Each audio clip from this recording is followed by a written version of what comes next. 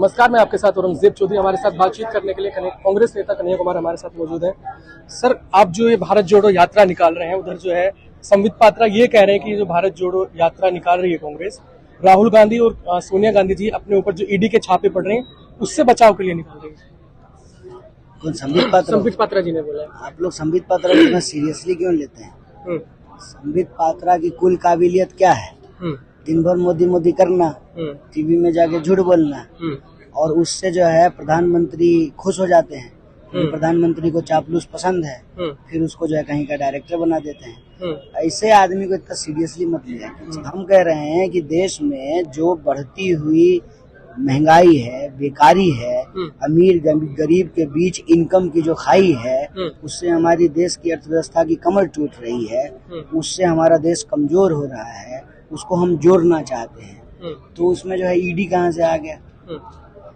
ED के खिलाफ या ईडी से संबंधित अगर कोई बात है तो वो एक अलग मसला है। भारत जोड़ो यात्रा के जो है 3 बिंदु, ये समझ लीजिए आप। पहला है आर्थिक, दूसरा है सामाजिक, तीसरा है राजनीतिक।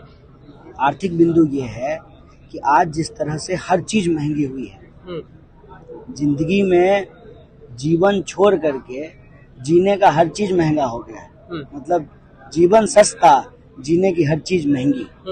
और आप ये देख रहे हैं कि आम लोगों को हर चीज पे टैक्स ले रहे हैं, जीएसटी ले रहे हैं, दूध पे, दही पे, घी पे, मक्खन पे, है। और जो इनके मित्र हैं उनको जो है ये छूट दे रहे हैं, कॉर्पोरेट छूट दे रहे हैं। उनके लाखों और करोड़ों अरबों के जो है कर्जे माफ किए जा रहे हैं।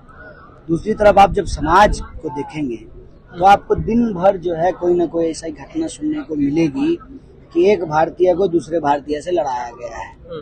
इस देश के ही नागरिकों के बीच में नफरत फैलाई गई है। कहीं दंगा, कहीं फसाद, कहीं मार पीट। इस तरह का जो वातावरण नफरत का बनाया गया है, किसी भी देश में अगर इस तरह का वातावरण बनेगा तो देश कमजोर होगा ना। आप मान लीजिए आपके परिवार में जो है 4 सदस्य हैं, चारों सदस्य आपस में लड़ते रहेंगे, आपका परिवार कमजोर होगा ना। तो यह जो सामाजिक वैमनस्यता फैलाई जा रही है, जो नफरत फैलाया जा रहा है, जो जाति और धर्म को आधार बना करके समाज को कमजोर करने की कोशिश की जा रही है, तो हम उस समाज को एकजुट रखना चाहते हैं। जैसे समाज एकजुट रहेगा, देश में रहने वाले लोग इकट्ठा रहेंगे, क्योंकि देश कैसे बनता है? देश बनता है ग्रंथों से, पुराणों से, मान्यताओं से, संस्कृतियों से, पशु पक्षी, पेड़ पौधे, नदियां, पहाड़, इसके मिलने से देश बनता है ना। देश की संस्थाएं, तो इनको आपस में एकजुट रहने की जरूरत है। हम सामाजिक एकता को जो है बनाने के लिए, सामाजिक एकता को बढ़ाने के लिए यात्रा करते हैं। और तीसरा बिंदु है राजनीति। राजनीति में हम ये देख रहे हैं कि लगातार धन बल और बाहुबल ने आम लोगों की आस्था लोकतंत्र के प्रति कम हुई है। जब वो देखेंगे कि हमारे चुने हुए विधायक बिक जाते हैं, हमारे विधायक जो है वो रिजॉर्ट कर रहे हैं, कोना कोना खेल रहे हैं, इस होटल से उस होटल जा रहे हैं, तो एक आम व्यक्ति की लोकतंत्र के प्रति जो है भरोसा कम होगा। और आम नागरिक ही लोकतंत्र के ऊपर भरोसा कम हो जाए तो फिर लोकतंत्र जो है मजबूत और इकट्ठा कैसे रहेगा? तो जो हमारे देश की बहुदलीय संस्कृति है, जो बहुदलीय व्यवस्था है, आज उसको तोड़ने की कोशिश की जा रही है।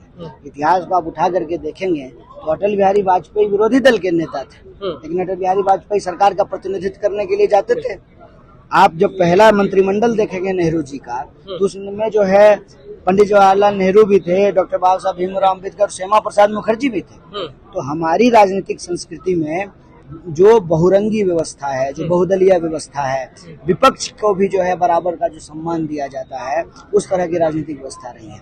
आज आप देख लीजिए, हम दो हमारे दो की सरकार चल रही है, तो ये हमारे लोकतंत्र को कमजोर कर रही है। और जो लोकतांत्रिक संस्थाएं हैं उसका लगातार दुरुपयोग हो रहा है। तो ये 3 मुख्य बिंदु हैं भारत जोड़ो यात्रा के, और इस पे जो हम अपना काम कर रहे हैं। आपसे भी हम यही आग्रह करेंगे, जो इसके सकारात्मक पक्ष हैं उसको बात करें। कन्हैया जी, जिस तरीके से देश भर में जो महंगाई बढ़ रही है, बेरोजगारी, क्राइम इतना ज्यादा बढ़ चुका है, आखिर इससे निजात कैसे मिलेगी? नहीं, निजात मिलेगी जहाँ से रोजगार पैदा होगा उन सेक्टर को बचाने से। रोजगार कहाँ पैदा होता है ज्यादा? रोजगार ज्यादा पैदा होता है स्मॉल स्केल और मीडियम स्केल के इंडस्ट्रीज में। रोजगार पैदा होता है आपको एग्रीकल्चर सेक्टर में।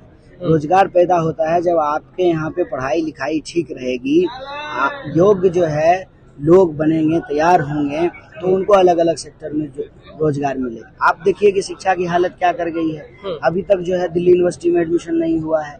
बड़े बड़े जो है परीक्षाओं को आप देखेंगे तो जो है परीक्षाएं जो है वो रद्द कर दी जाती हैं। परीक्षा जब होता है तो प्रश्न पत्र लीक हो जाता है, भर्तियों में घोटाला किया जाता है। हर राज्य की स्थिति आप देख लीजिए, आप उत्तराखंड का एग्जाम्पल उठा करके देख लीजिए, तो इन सेक्टरों को बचाने से होगा। लेकिन सरकार क्या कर रही है, अपनी नीति और नियत से इस सेक्टर को खत्म कर रही है। Small scale, medium scale industry और एग्रीकल्चर को खत्म कर रही है, और 2-3 जो इस देश के जो बड़े पूंजीपति हैं उनका तिजोरी भर रही है। तो इस नीति को बदलना पड़ेगा, और इस जो है नीति को बदलने से जो रोजगार पैदा करने वाली नीति है उसको इम्प्लीमेंट करके रोजगार पैदा होगा। महंगाई का जहाँ तक सवाल है, महंगाई भी इतना क्यों बढ़ रहा है? महंगाई इतना इसलिए बढ़ रहा है कि आप सरकार की नीतियों को देखेंगे। सरकार क्या कह रही है कि कच्चे तेल की कीमत अंतर्राष्ट्रीय मार्केट में कम हो गई, ठीक है, फिर भी भारत में जो है तेल महंगा बिक रहा था।